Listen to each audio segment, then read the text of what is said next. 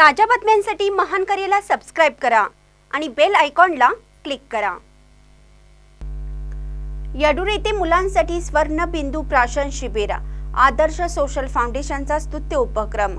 येडूर तालुका चिकोडी येथील आदर्श social foundation सुनके clinics यांच्या संयुक्त आश्रयाखाली 0 ते 13 वयोगटातील मुलांना गुरु पुष्प अमृताच्या शुभ मुहूर्तावर स्वर्णबिंदू प्राशन शिबिराचे आयोजन करण्यात आले होते। या शिबिरात परिसरातील 450 ते 500 मुलांना स्वर्णबिंदू प्राशन करण्यात आले।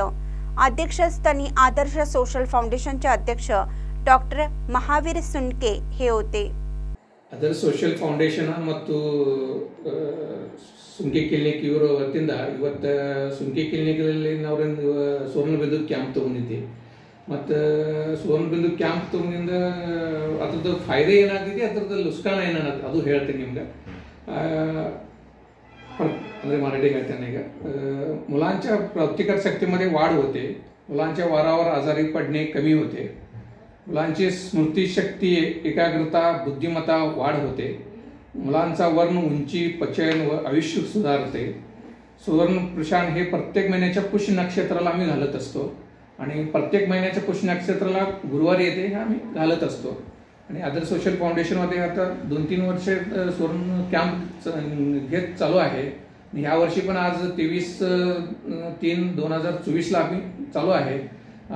सकाळपासून आतापर्यंत 500 ते 600 मुलांना आम्ही डोस घातलेला आहे आणि सोशल फाउंडेशन असं सोशल वर्क आणि सुंके केल्याच्या वतीने मी ड्रॉप्स घालत आहे।